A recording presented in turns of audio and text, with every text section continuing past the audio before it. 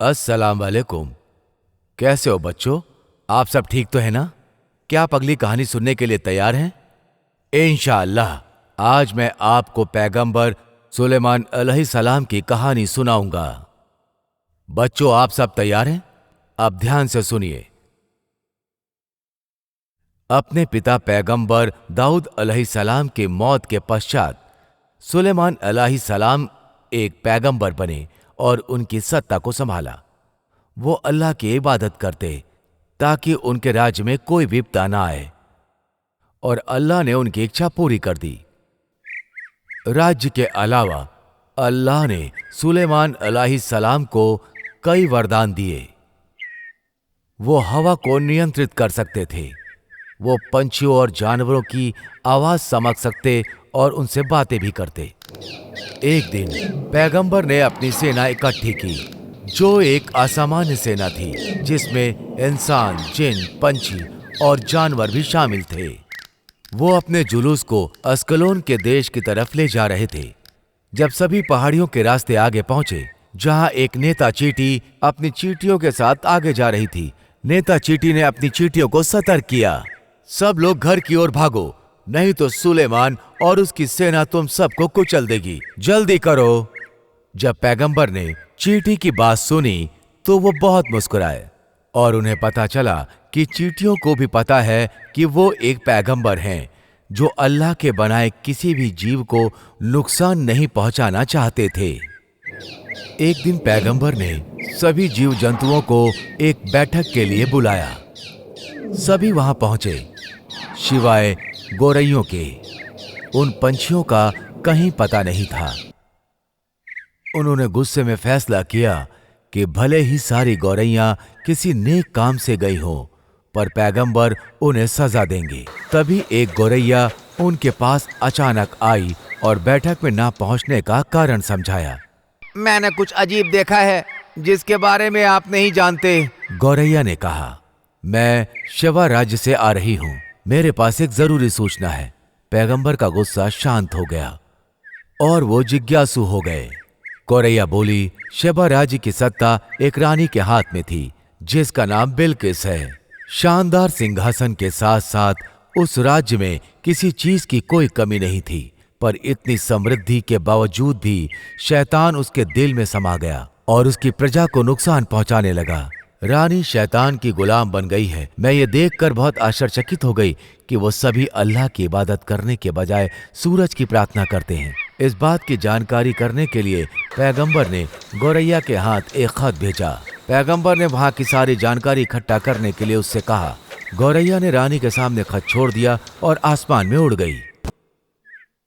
रानी ने उत्साह के साथ उस खत को खोला और पढ़ने लगी, जिसमें सुलेमान ने लिखा था, अल्लाह का नाम लेने मात्र से ही वो सभी पर दया दृष्टि दिखाते हैं। मुझसे खुशी जाहिर करने की जरूरत नहीं, पर एक सच्चे मुसलमान की तरह मुझसे मिलना। खत पढ़कर रानी काफी व्याकुल हो गई। उसने तुरंत अपने सलाहकारों को बुलाया। जब उन्होंने खत पढ़ा तो उन्हें लगा कि पैगंबर उन सभी को डराने की कोशिश कर रहे हैं, पर रानी की सोच अलग थी। उसने अपने आदमियों को निर्देश दिया कि पैगंबर को कुछ कीमती उपहार पहुंचाया जाए। उसने अपने आदमियों को यह निर्देश भी दिया कि वो पैगंबर की सेना की ताकत के बारे में भी पता लगाएं। जब वो लोग पैगंबर के राज्य पहुंचे तो वो सब पैगंबर की ऐसी असामान्य सेना देखकर आश्चर्यचकित रह गए। उन्हें एहसास हो गया कि पैगंबर सुलेमान अलैहिस्सलाम की सेना के आगे उनकी सेना एक पल भी टिक नहीं पाएगी। वो सभी पैगंबर की सेना को देखकर चौंक खड़े हुए, जिसमें शामिल थे शेर, बाघ और बहुत सारे पक्षी। पैगंबर को अनुमान हो गया कि रानी के लोग यहाँ जांच पड़ताल करने आए हैं। जब दूत पैगंबर के पास रानी द्वारा भेजा गया बेशकीमती तोहफा लेकर आए तो वो सब पैगंबर की प्रतिक्रिया देखकर अचंभित हो गए, जबकि पैगंबर ने सारे बक्से पर लगा कपड़ा भी नहीं हटवाया और बोले, अल्लाह ने तुम्हें दान और समृद्धि से नवाजा है। मैं इसे नहीं ले सकता। मैं लोगों को सिर्फ सच्चाई और अल्लाह के मार्ग पर चलना सिखाता हूँ। पैगंबर ने उन सभी को सारे तोहफे वापस रानी को देने के लिए बोला कि अगर रानी ने अपनी इबादत का तरीका नहीं बदला तो पैगंबर उसके साम्राज्य का खात्मा करके उसके लोगों को राज्य से बाहर निकाल देंगे। रानी के दूत सारा तोहफा लेकर रानी के पास वापस आ गए और उन्होंने पैगंबर का संदेश सुनाया। उन्होंने रानी को वो भी बताया जो उन सभी ने वहां देखा था। इसे अपना अपमान न मानकर रानी ने खुद पैगंबर से मिलने का फैसला किया।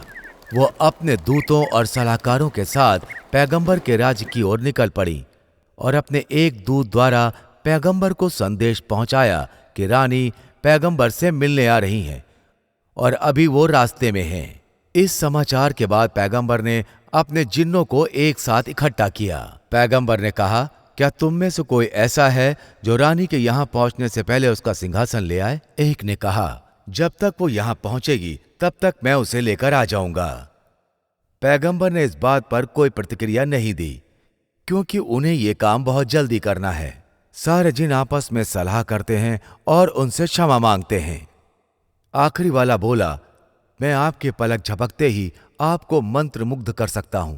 उसने तुरंत एक चमत्कार किया और पैगंबर के सामने सिंहासन लाकर रख दिया। पैगंबर को भरोसा नहीं हुआ।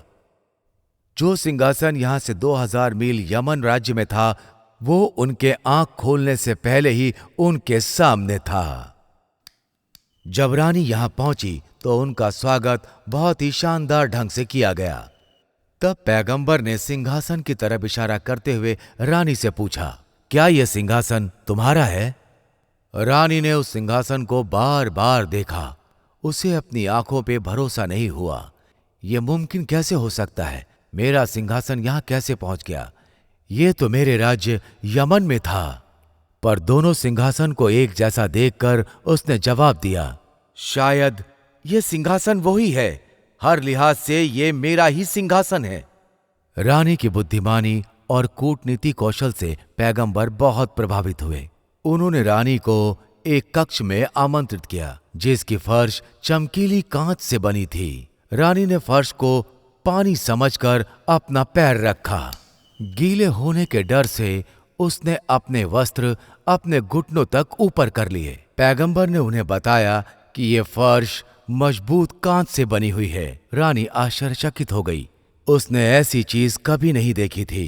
वो समझ गई कि वो इस समय एक बुद्धिजीवी इंसान के सामने खड़ी है जो सिर्फ एक महान शासक नहीं बल्कि अल्लाह के द्वारा भेजा गया एक दूत है। उसे पछतावा हुआ और उसने सूरज की पूजा करना छोड़ दिया। वो अपने साम्राज्य वापस चली गई और अपने लोगों को अल्लाह को मानने के लिए कहा। पैगंबर की मौत भी उनके जीवन की तरह अनोखी थी। एक दिन पैगंबर ने देखा कि जिन खदानों में काम कर रहे थे वो वहां एक कुर्सी पर बैठ गए और उन्हें काम करता देखने लगे। उनकी मृत्यु उसी मुद्रा में हो गई जैसे वो बैठे थे। काफी समय तक लोग नहीं जान पाए क्योंकि वो एक जीवित इंसान की तरह बैठे थे। जिन ये सोचकर फावड़ा और कुदाल लिए काम करते रहे कि पैगंबर उन पर नजर रख रहे हैं। कई दिनों के बाद एक भूखी चींटी पैगंबर की छड़ी को कुतरने लगी और वो लगातार ऐसा करती रही। वो छड़ी के निचले भाग को तब तक कुतरती रही जब तक पैगंबर के हाथ से वो छड़ी नहीं छूटती। बिना सहारे के पैगंबर का महान शरीर नीचे गिर गया। ये देखकर लोग उनके पास आए।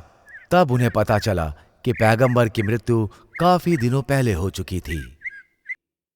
बच्चों, क्या आपको ये वीडियो पसंद आया? अगर पसंद आया तो लाइक का बटन दबाएं और सब्सक्राइब करना भी ना भूलें और नोटिफिकेशन बेल भी, ताकि हमारे आने वाले वीडियो के बारे में आपको पता चलता रहे। इंशाअल्लाह आप सबको सुनाऊंगा पैगंबर यहया अलैहिस्सलाम की कहानी अगले एपिसोड में। आज के लिए इतना ही। Good bye.